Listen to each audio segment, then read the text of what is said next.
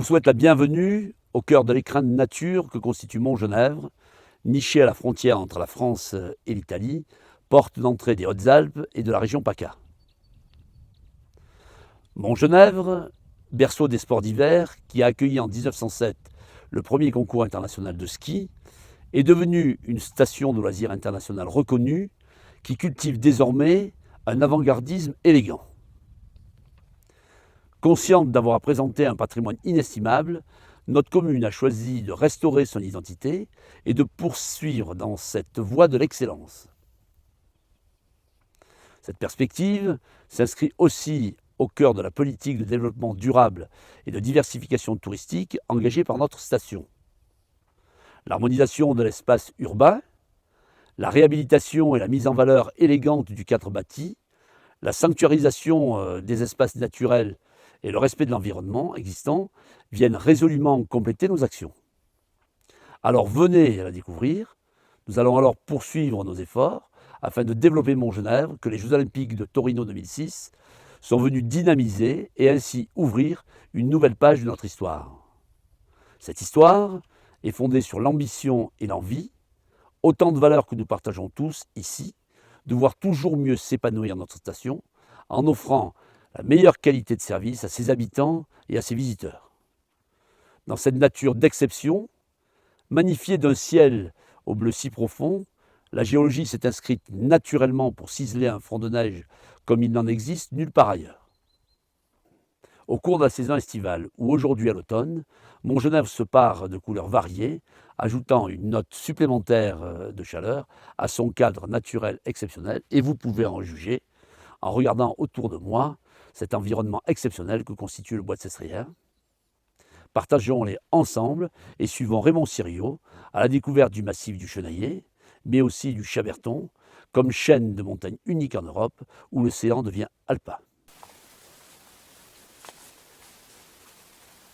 Monsieur le maire, cher Guy, on va partager l'océan alpin et la montagne alpine. Partageons effectivement avec le plus grand nombre d'entre nous. On y va.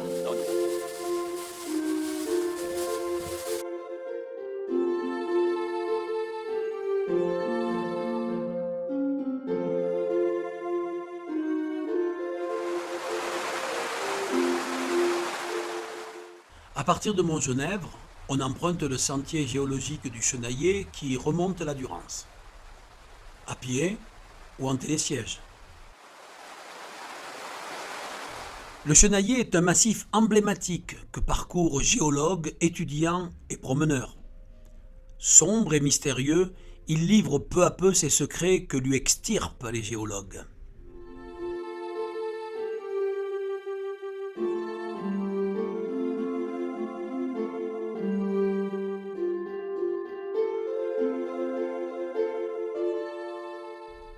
En balcon des sources de la Durance, au rocher de la Perdrix, on trouve des roches de teinte dominante rouge. Elles sont essentiellement constituées de squelettes siliceux de micro-organismes du plancton, les radiolaires. À la mort de ces micro-organismes, leurs squelettes s'accumulent dans les grands fonds marins ou océaniques. C'est ce que l'on observe aujourd'hui. Par analogie, en application du principe d'actualisme, nous en déduirons que ces roches se sont formées par accumulation de ces squelettes à grande profondeur dans un océan. Ainsi parlent les roches. Elles ont enregistré les conditions dans lesquelles elles se sont formées. Depuis le rocher de la Perdrix, nous allons gravir l'arête ouest du Chenaillet et décrire les objets géologiques rencontrés. Au col des Gondrons, près de la cabane des douaniers, des roches très fragmentées par l'érosion. Elles sont noires avec une patine rouille. Leur étude au microscope et leur analyse chimique révèlent qu'il s'agit de roches du manteau terrestre. Voilà une donnée troublante, car le manteau terrestre se situe normalement sous plusieurs kilomètres de croûte.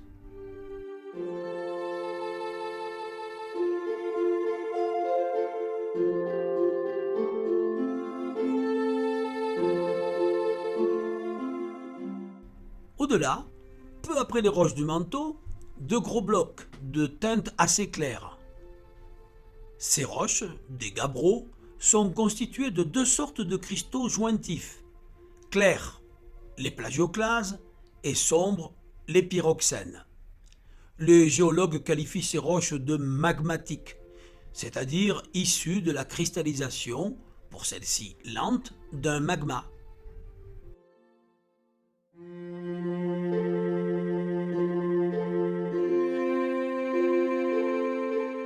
Au-dessus des gabbros et jusqu'au sommet, nous trouvons des roches sombres en forme de boules et de tubes. Ce sont d'anciennes coulées de lave basaltique chaude, 1150 degrés, épanchées et refroidies dans l'eau froide, 2 degrés, à grande profondeur.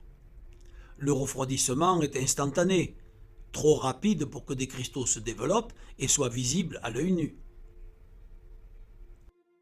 À la faveur de grandes failles qui permettent d'observer, dans les grands fonds actuels, des tranches de croûte océanique, les géologues ont décrit les mêmes objets avec les mêmes relations géométriques.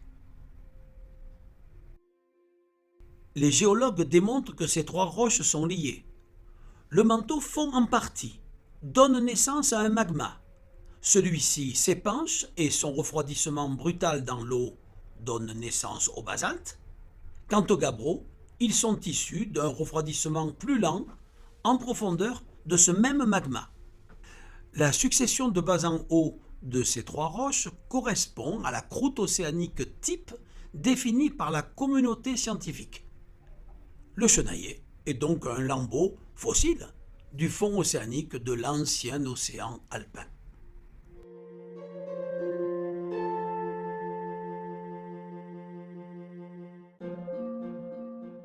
Depuis le sommet, vers l'est, les cimes enneigées du massif des Écrins représentent le socle continental de l'Europe. Comment expliquer la présence d'un ancien fond océanique au cœur des Alpes, en plein continent, à plus de 2500 mètres d'altitude? Un océan est né, il y a environ 160 millions d'années, à partir de l'étirement, amincissement, puis déchirure d'un vaste continent unique, la Pangée. Deux plaques tectoniques, l'Europe et l'Afrique, nées à partir de cet événement, s'éloignent l'une de l'autre au fur et à mesure que l'océan alpin se développe. Cet océan s'est développé pendant 60 millions d'années, jusqu'à ce que, au gré de forces internes colossales, le mouvement d'éloignement s'inverse et que les plaques européennes et africaines se rapprochent. L'océan est alors en grande partie englouti dans le manteau terrestre.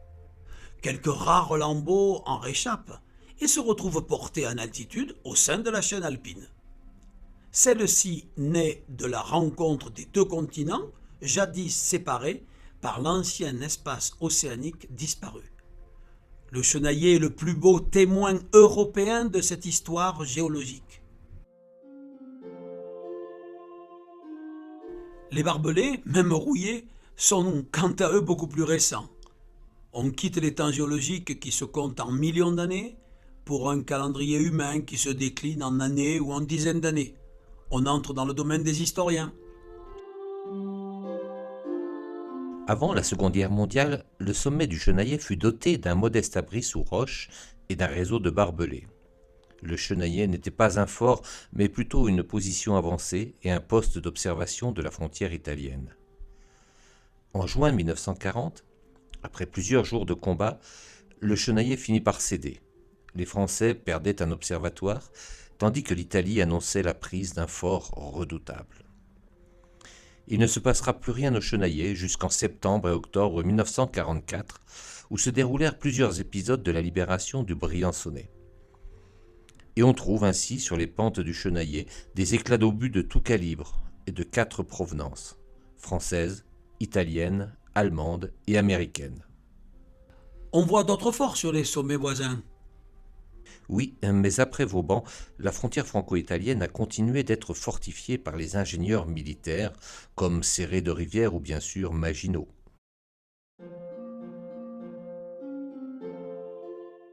Il y a aussi un gros fort au sommet du Chaberton. Oui, mais celui-là était italien, et il ne défendait pas la frontière, mais menaçait plutôt le Briançonnais.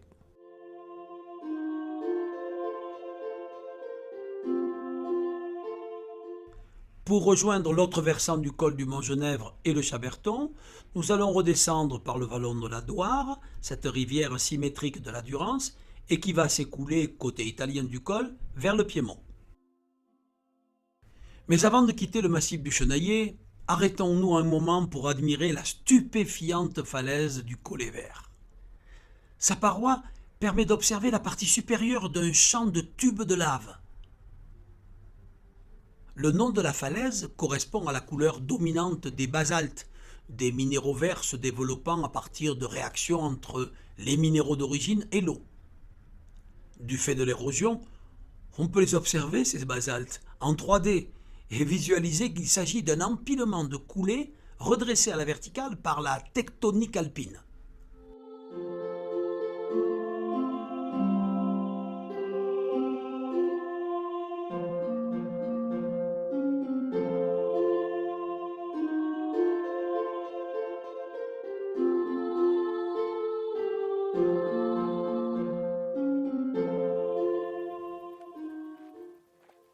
L'ascension du Chaberton permet des observations le long du sentier géologique. Les roches, leur disposition les unes par rapport aux autres, les déformations qui les affectent vont nous permettre de raconter la succession des événements qui a présidé à leur mise en place. Et nous pourrons en envisager les mécanismes. Après un court raidillon, on arrive au verrou des Besses. Ce verrou glaciaire est constitué de roches feuilletées de couleur vert sombre, principalement des micaschistes. Ces roches métamorphiques, datées de plus de 300 millions d'années, sont des témoins de la chaîne hercynienne, à laquelle a succédé la chaîne alpine.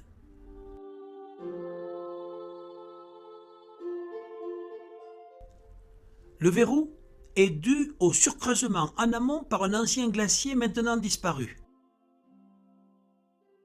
La plaine d'alluvion, correspondant au cône de déjection du Rio Secco et du ravin du col du Chaberton, a comblé l'ancien lac glaciaire.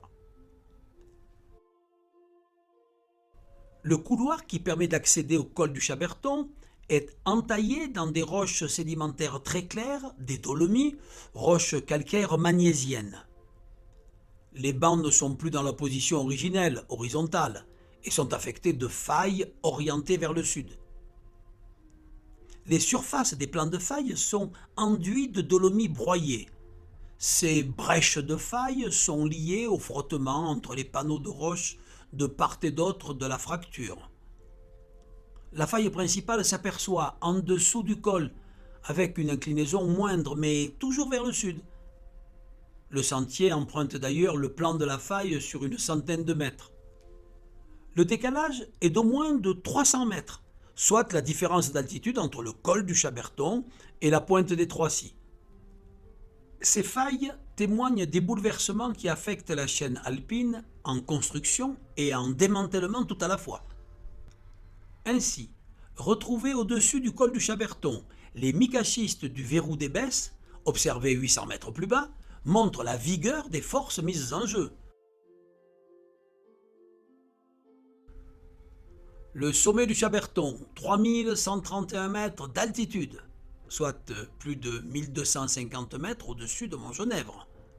La masse sombre du Chenaillet contraste avec les roches claires que nous venons de parcourir sur le flanc du Chaberton. À l'ouest, le massif cristallin Écrimpelvoux, puis, plus proche et moins élevé, les montagnes calcaires du Briançonnais.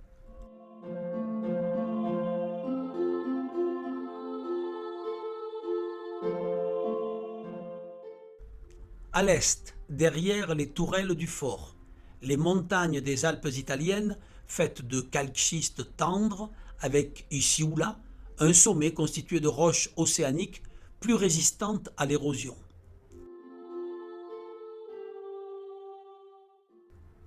Charriages, failles, plis, le Chaberton illustre une succession d'événements à mettre en relation avec le rapprochement des plaques Europe et Afrique.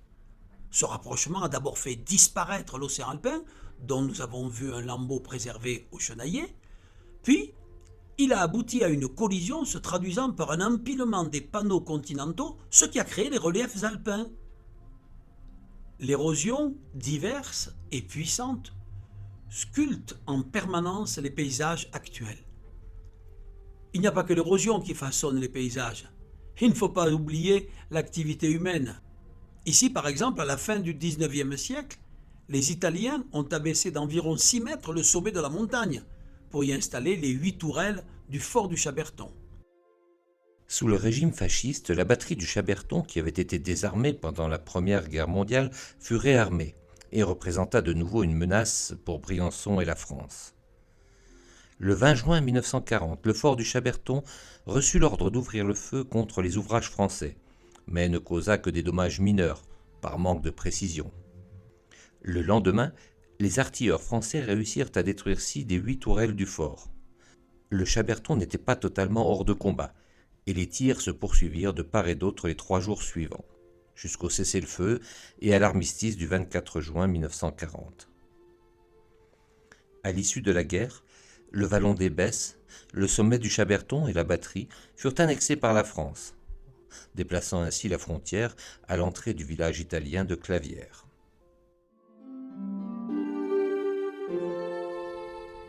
Ainsi se dressent aujourd'hui de part et d'autre du col et de la station de Montgenèvre 2 ensembles géologiques différents.